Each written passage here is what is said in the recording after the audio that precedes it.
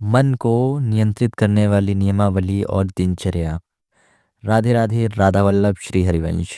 पूज्य गुरुदेव के चरणों में मेरा कोटि कोटि प्रणाम। साथ ही आप सभी साधकों और प्रेमी जनों के चरणों में मेरा कोटि कोटि प्रणाम। आज की यह महत्वपूर्ण वीडियो जिस पर हम आज विशेष रूप से चर्चा करने जा रहे हैं यह है कि किसी भी साधक की, किसी भी व्यक्ति की जो आध्यात्मिक मार्ग पर हो, भक्ति के मार्ग पर हो, उसकी अनुशासन के साथ साथ कौन सी दिनचर्या होनी चाहिए, किस प्रकार की दिनचर्या हो और कौन सी नियमावली हो और कैसी हो। तो यहाँ पर गुरुदेव जी बहुत ही सुंदर से उत्तर देते हुए कहते हैं कि प्रत्येक व्यक्ति की, साधक की भक्ति मार्ग में एक समान दिनचर्या नहीं हो सकती है, क्योंकि हर व्यक्ति की अलग अलग जिम्मेदारियां हैं, अलग अलग अपने जीवन में कर्तव्य हैं। उस हिसाब से उसकी स्वयं की दिनचर्या हो सकती है। तो अपनी दिनचर्या आप अपने कर्तव्य, अपने धर्म अनुसार बनाएं, परंतु इसमें केवल एक चीज़ का ध्यान रखें कि जो भी उचित कार्य है केवल उन्हीं बस को अपनी दिनचर्या में सम्मिलित करें। जो अनुचित कार्य है, जो हमारे जीवन में किसी भी प्रकार से, किसी भी रूप से भागीदारी नहीं है, किसी भी शुभ कार्य के लिए या फिर हमारे जीवन के लिए, हमारे आध्यात्मिक जीवन के लिए या फिर हमारे सांसारिक जीवन के लिए, हमें उस कृत्य को, उस कार्य को, उस क्रियाकलाप को कभी भी अपने दिनचर्या में सम्मिलित नहीं करना चाहिए। साथ ही साथ अपने अंदर संयम बनाने के लिए हम हर रूप से अपने मन को, अपने तन मन धन हर प्रकार से प्रभु के चरणों में समर्पण रखें। साथ ही साथ हम कोई भी कार्य करें या ना करें, अर्थात हम किसी भी कार्य में लीन हो, हम भगवान के नाम जप से भगवान की सेवा आराधना कर सकते हैं। भगवान की नाम चिंतन में, भगवान के चरणों में अपने आप को संपूर्ण रूप से समर्पित कर सकते हैं, केवल और केवल नाम जप से, जो कि नाम जप सबसे बड़ा साधक है। और यहाँ पर सबसे मुख्य बात यह आती है कि प्रत्येक व्यक्ति दिनचर्या तो बना लेते हैं, परंतु उस दिनचर्या को या फिर अपने अंदर उस संयम पालन को, उस नियम को संपूर्ण रूप से पालन नहीं कर पाते हैं। यह सबसे बड़ा मुख्य प्रश्न निकलता है।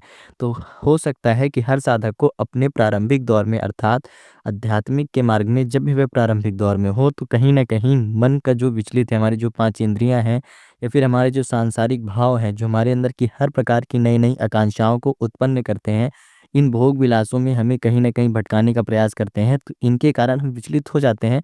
हमारी दिनचर्या टूट सकती है, हमारा जो नियम है, हमारा जो संयम है, उसमें रुकावट आ सकती है।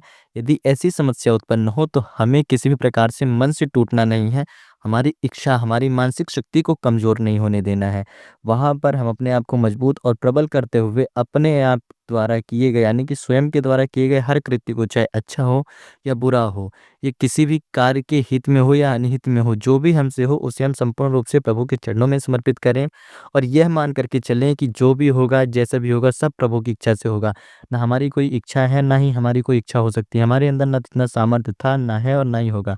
जो भी है प्रभु की ही कृपा से होगा। तो प्रभु के चरणों में समर्पित करते हुए कभी भी किसी चीज़ का पछतावा ना करके अपने ऊपर विश्वास रखें। और अपने ऊपर ज़्यादा विश्वास कैसे रखें? प्रभु के नाम से ही स्वयं पर विश्वास रखें और यह मान करके चलें कि यदि हम इतना सोच पा रहे हैं, समझ पा रहे हैं, गुरुदेव के आशीर्वाद से, गुरुदेव के द्वारा मार्गदर्शन से हम इस राह पर चल पाए हैं, भगवतिक मार्ग पर चल पाए हैं, तो अवश्य ही कहीं न कहीं, किसी न किसी दिन धीरे-धीरे हमारे अंदर परिवर्तन आएगा।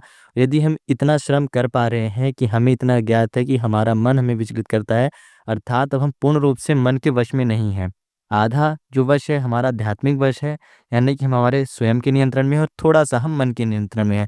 तो धीरे-धीरे हमारा मन स्वयं जो है कमज़ोर होता जाएगा, निर्बल होता जाएगा और हमारे आध्यात्मिक भाव इतने ज़्यादा बलवान स्वयं होते जाएँगे प्रभु की कृपा से, कि एक समय आएगा कि फिर हमारे ऊपर किसी भी प्रकार की सांसारिक भावनाओं का, सांसारिक इच्छाओं का या बाहरी जो मोह है, आकांक्षाएँ हैं, नई-नई अभिलाषाएँ हैं, इन सभी से किसी भी प्रकार का हमारे अंदर कोई भी परिवर्तन या कोई भी प्रभाव पड़ना बंद हो जाएगा।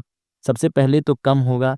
हाँ, ऐसा हो सकता है कि आप हर बार कितना भी प्रयास कर लें, धीरे-धीरे आप हारते हो या कहीं न कहीं आपका संयम टूट जाता हो, आपका नियम टूट जाता हो, आपकी दिनचर्या टूट जाती हो। वहाँ पर निराश नहीं होना है। गुरुदेव कहते हैं कि वहीं से आपको पुनः उठना है, पुनः खड़े होना है, पुनः प्रभु के चरणों में समर्पित करेंगे और हर क्षण, हर कृत्य, हर कार्य को प्रभु को समर्पित करते हुए चलें, तो आप प्रभु की महिमा से, प्रभु की कृपा से संपूर्ण रूप से अवश्य सफल होंगे। तो हमेशा नाम जप करें, हर कार्य को नाम जप से समर्पित करें। कैसी भी दिनचर्या हो, आपको सदैव अपनी दिनचर्या अपने धर्म और अपने कर्तव्य के अनुसार ही निर्धारित करनी चाहिए। ऐसा ना सोचें कि यह जो व्यक्ति है साधक के मार्ग है, साधक है, आध्यात्मिक मार्ग में अपने एक अच्छे और एक सुगम मार्ग में ज़्यादा हमसे आगे है, तो हमारी दिनचर्या हम इसके जैसे रखें तो ही हम सफल होंगे।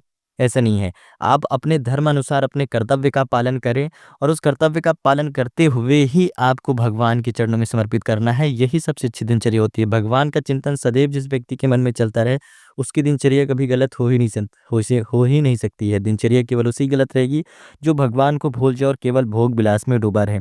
तो आज की इस चर्चा से हम सभी को यह समझ में आता है कि हम सभी को अपना संपूर्ण क्षण, संपूर्ण समय प्रभु के चरणों में समर्पित करते हुए ही अपने जीवन द्वारा हर क्रियाकलाप को करना चाहिए और साथ ही साथ वह कार्य विशेष रूप से करें जो हमारा कर्तव्य है। कभी भी अपने कर्तव्य पालन से पीछे नहीं हटना चाहिए।